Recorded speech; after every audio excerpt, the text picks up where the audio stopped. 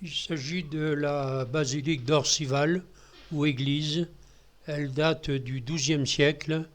Elle a été construite, paraît-il, par les moines de la Chaise-Dieu. Elle a la particularité que son clocher est d'époque, paraît-il. Évidemment, il a dû être quand même entretenu pour être toujours debout en ce XXIe siècle.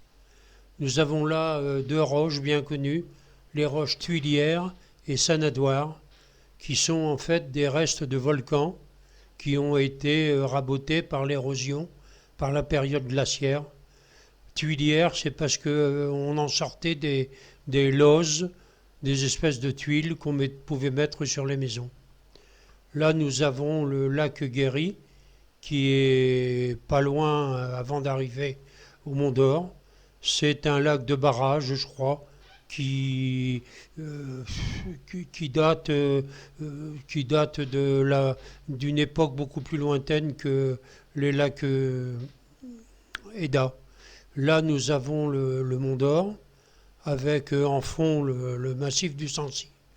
Le Mont d'Or est à la fois une station thermale et un lieu de villégiature pour les skieurs. Là, c'est la station de ski proprement dite, avec le câble qui permet au téléphérique d'accéder au sommet. C'est pour redescendre en ski, il est bon d'avoir quand même une certaine pratique, parce que sinon c'est quand même assez difficile. J'y ai transpiré pas mal, je me souviens bien.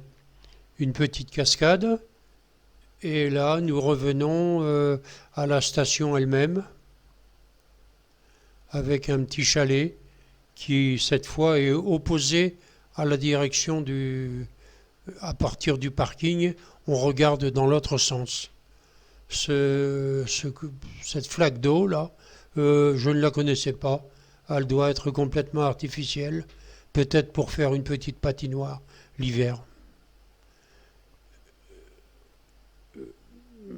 Un autre, un autre lac qui est le lac Servière, dans le même voisinage.